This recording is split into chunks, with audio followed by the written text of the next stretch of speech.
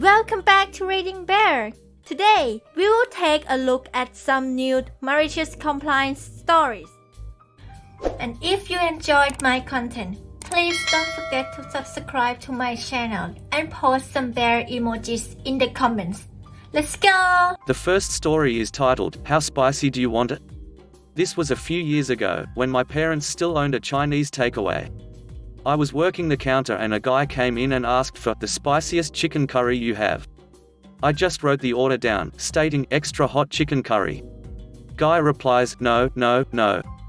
I want the hottest you can make, as Chinese people can't make spicy food worth a damn, with a big smirk on his face. Challenge accepted. I took the order in the kitchen and told my dad, who was cooking, to nuke it with chilies.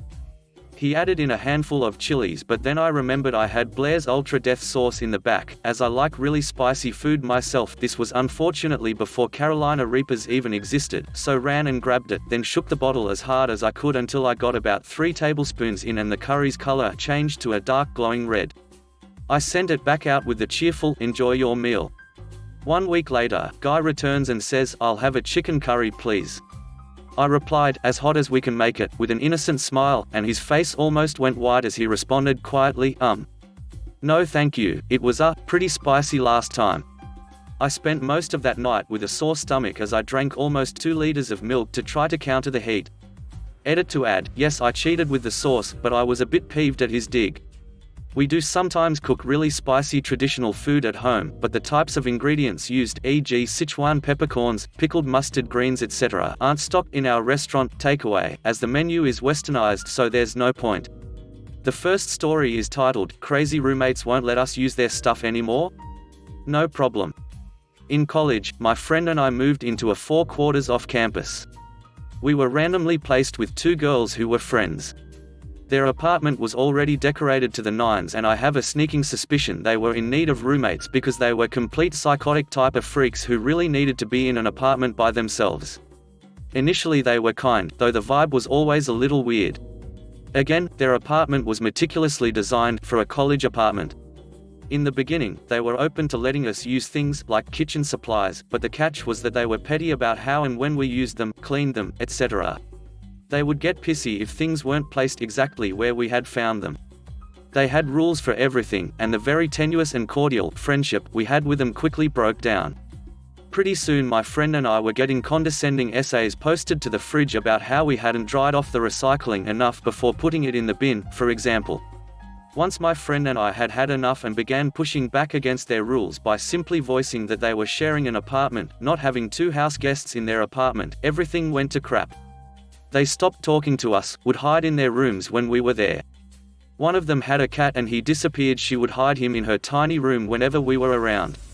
They posted a letter saying we could no longer use anything in their home, the trash bin, utensils, bowls, placemats, and we were not allowed to touch her cat. While in talks with the property managers about getting the hell out of there, my friend and I went to Walmart and bought the most hideous, infantile, cheap crap that would clash with their decor as much as possible. Elmo and Doc McStuffins placemats, those alphabet magnets which we placed haphazardly all over the fridge, a second, giant, trash can and recycle bin, our own Walmart-level home decor, picture frames, and knickknacks. Every room we were in we would move crap just slightly off-center, picture frames, placemats, a picture on the fridge. We also spent as much time as possible in the common areas laughing and having a grand old time. The property managers ended up allowing us to move out into another apartment for free because the 2 girls refused to meet with us and the property managers to discuss what was going on.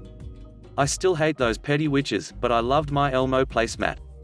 Edit, I would like to make it clear that my roommate and I genuinely tried our best to be respectful, polite, and kind to these girls and their things when we first moved in.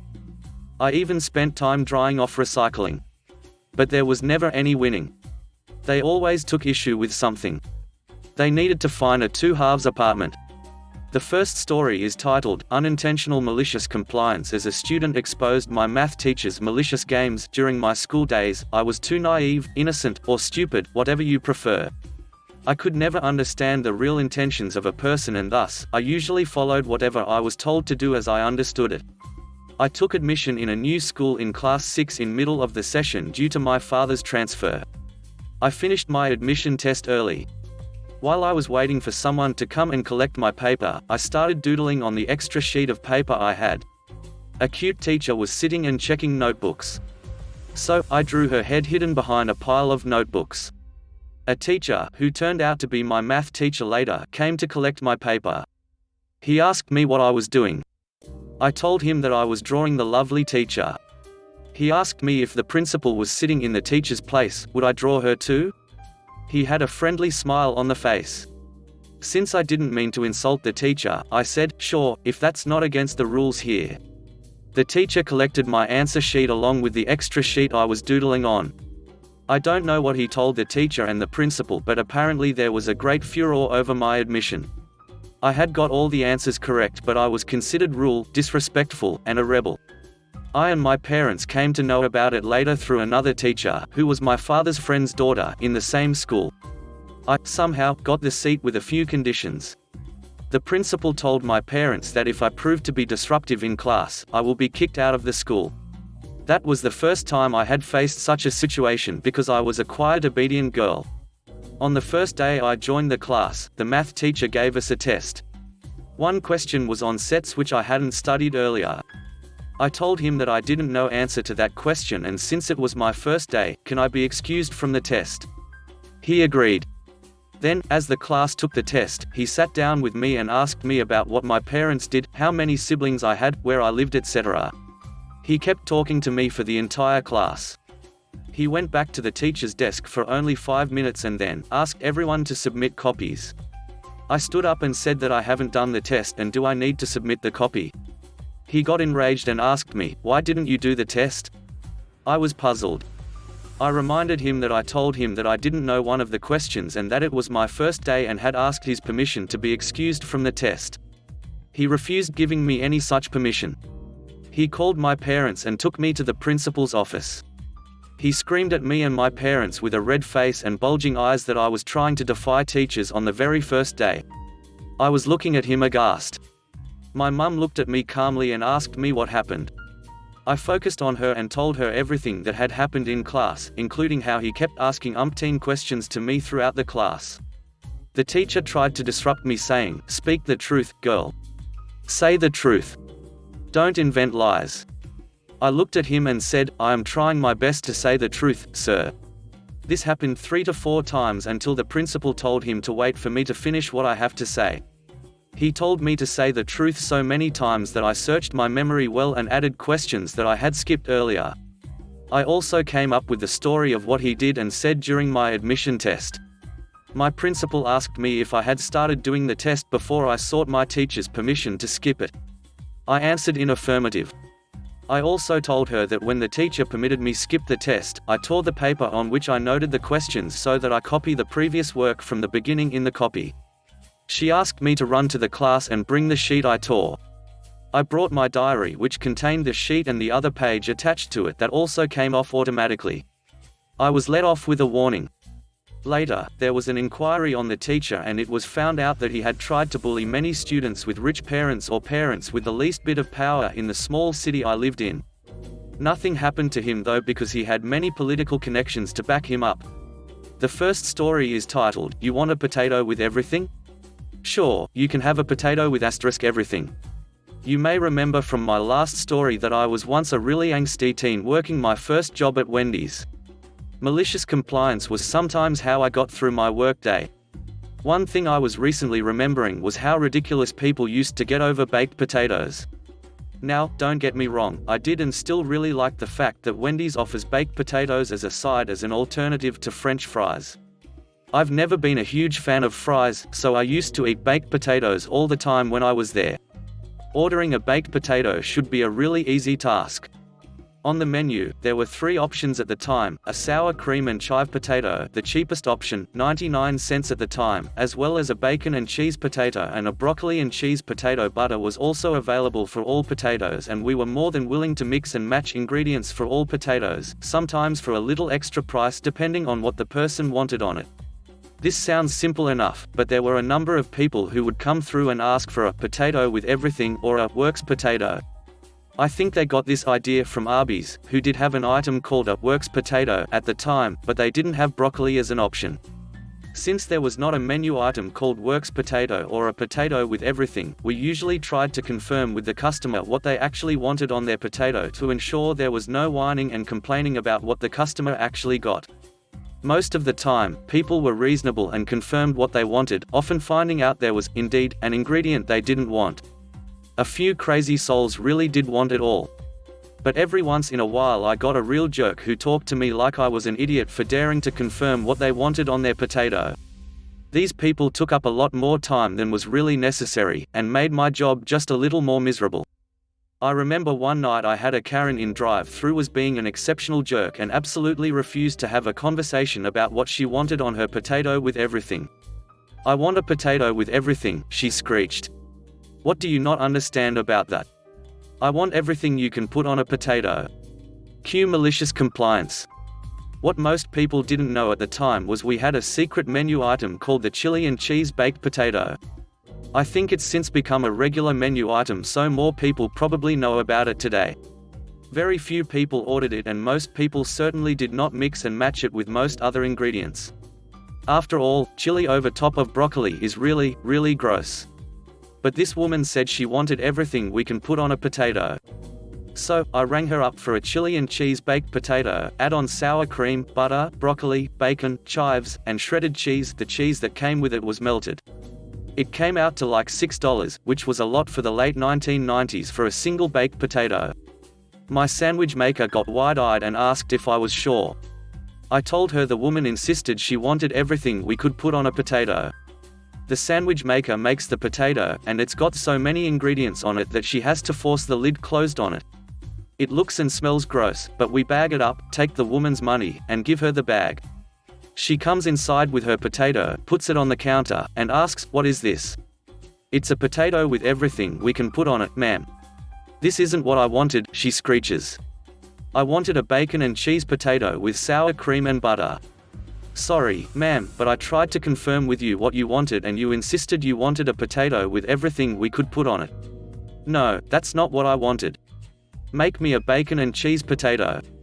My manager eventually came up and had the sandwich maker give her what she wanted, but the woman was so wrapped up in getting the potato she wanted, she didn't realize she paid about $3.50 more for it than she had to due to the chili, broccoli, and shredded cheese. So guess who didn't get a refund for the extra money she paid? The first story is titled, "Steal from Company Red?" Now I'm seeing red. This is a story about how 4 years in a career of warehousing ended. I believe this counts as malicious compliance because I did nothing but what my job required, but interesting enough it wasn't you get back at management, instead targeting my co-workers. Allow me to explain. Company Red was the first place I could say that I ever got a steady and reliable income. It was a warehouse where we shipped in warehouse pallets, fixed them up, and then rented them out to companies that would be in demand for them. Places like Walmart, Target, Costco, and so forth.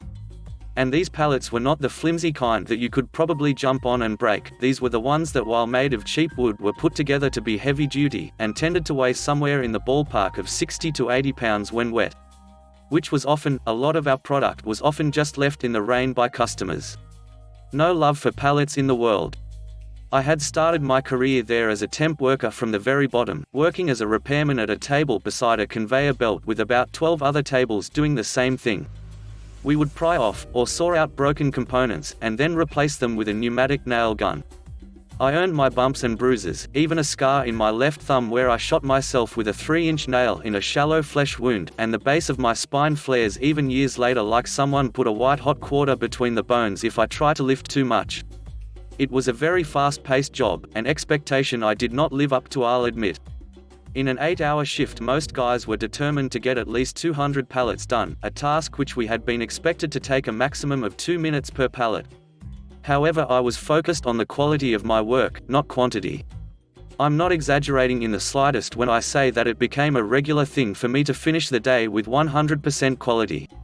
Though this attitude often only had me putting together 180 pallets max after I got good at it, while the all-star repairmen were scoring in the upper 200s. They moved me around to a few different positions during my time there so that way I can make full use of my skills, oftentimes training other guys in the process to have the best possible quality. And during the last 6 months that I spent there I got the position of quality control. How it works is that the pallets that got fixed up by our repairmen would be set on a conveyor belt leading into a paint machine. My job would be to stand at the side of the conveyor belt just before the paint machine, and check each pallet for defects. If they were good, then I just sent them on their way. If they have any defects, then I would take them off, mark the pallet with chalk to point out what the defect was, mark it on a spreadsheet beside me about who had made what mistake and where on the pallet it was, and then have it sorted to send back to the table it came from. One thing repairmen couldn't stand was having to fix someone else's mistake, and they knew it because all repairmen marked the pallet with their table numbers. Now, something worth noting is that this place was a revolving door of temp workers, and we ended up with new management almost as often.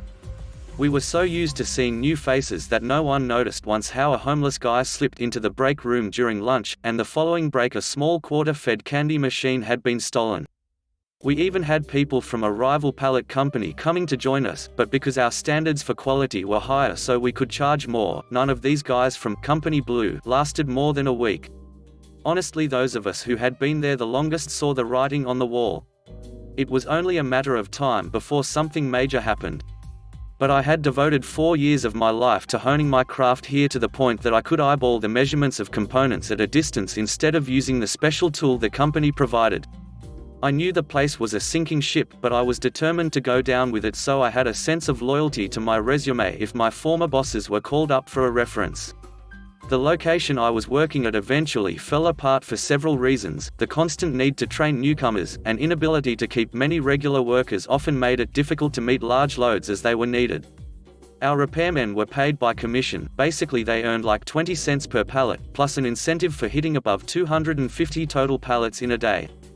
Our sort crew, who was responsible for finding defective pallets in the incoming loads, was cut in half and moved to a table on the conveyor line.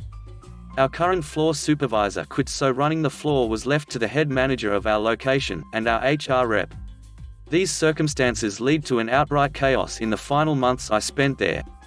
Sort crew would usually stack the defective pallets for forklifts to deliver to a table, and the good ones would simply be repainted by sending them down the conveyor line between shifts. It was usually done by hand in two-person teams. But because management wanted to cut costs, they thought one person doing this at a table would be more efficient. It didn't work. Oftentimes the sort guy was new, and just a big guy who could move a lot of pallets quickly. He wasn't experienced enough to see defects that those of us who had been there longer would see, and just focus on throwing what pallets he could get away with onto the line so he could make a good impression with the bosses. This led to the line being chronically congested, with pallets pressing against one another just hard enough I couldn't lift them to check them properly without risking injury. All I could do was kneel, and use the 3 seconds I had before the paint machine pulled in its next pallet to check the upper and lower sides as best I could. The real hell was when the other repairmen caught on to what was happening. They started doing bare minimums, and sometimes not even that, before wedging their pallets into the congested flow. The forklift drivers only kept records of the stacks delivered to the tables, so these lazy co-workers of mine were effectively getting paid not to their jobs. I suspect a great many of them were doing it intentionally, just to either frustrate me into quitting, or making me look inept enough that I'd be fired or demoted. I knew what was going on from the start, and several times I tried talking to my manager about it. He, and our HR rep, could only shrug and say, "We don't know what to tell you other than just do your best, and we'll try to figure something out." I got ticked. This job had practically become my baby in my time there. I'd worked alongside vengeful forklift drivers, endured power-tripping management, and even my own hoodlum peers who had all the professionalism of a toddler. I'd even had my life threatened once because I called a guy out for breaking company policy for the sake of making himself look silly, and faced accusations of harassment from my coworkers for holding to the quality standards as strictly as I professionally could. I could feel the end coming for our warehouse, but by every colorful euphemism I could think of, I was determined that it wouldn't be my fault. So I followed my boss's words, and did my job to the best of my ability. I went on a warpath against poor quality. I never raised my voice to anyone, never showed anything less than professional courtesy to my peers, and let my actions speak.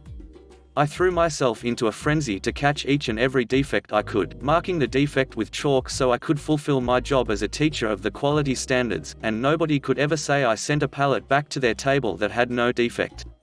I made such a crusade of it that my peers largely decided to see how far I was willing to take this before I gave up, and started sending down all sorts of defective pallets. But I never gave up. I was determined to win this little game of theirs. Towards the end of it, a common sight at my station was for defective pallets to be stacked as high as 20 pallets behind me as I worked furiously. I remember that I was sweating so hard that the moisture my skin pumped out would have put Niagara Falls to shame, and I kept a gallon jug of water at my station which I had to completely refill during breaks. Management was in shock, and often came out to watch me work like I was a man possessed. The big boss had given me a $1 raise a few months prior after a glowing performance review, and the head of HR was an army mum with whom I had a mutual respect. Several times, sometimes even twice in a shift, they would call all the repairmen down to my station to see what I had produced. I was always ready and willing to explain the quality standards to these people in front of management, show them why their pallets had been pulled, and these people ended up taking their pallets back to their tables by hand to save time instead of waiting for a forklift. Alas, nothing changed, and the fallout was immense.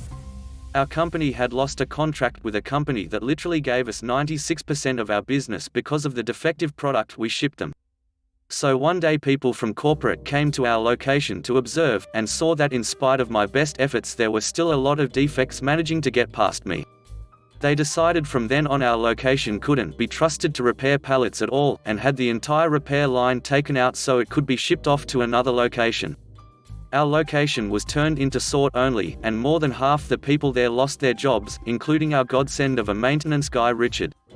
Honestly, that part was hardest. Richard had worked on that line for 15 years, and his work ethic put mine to shame, honestly. I hope wherever he ended up he was comfortable. Every workplace needs a Richard.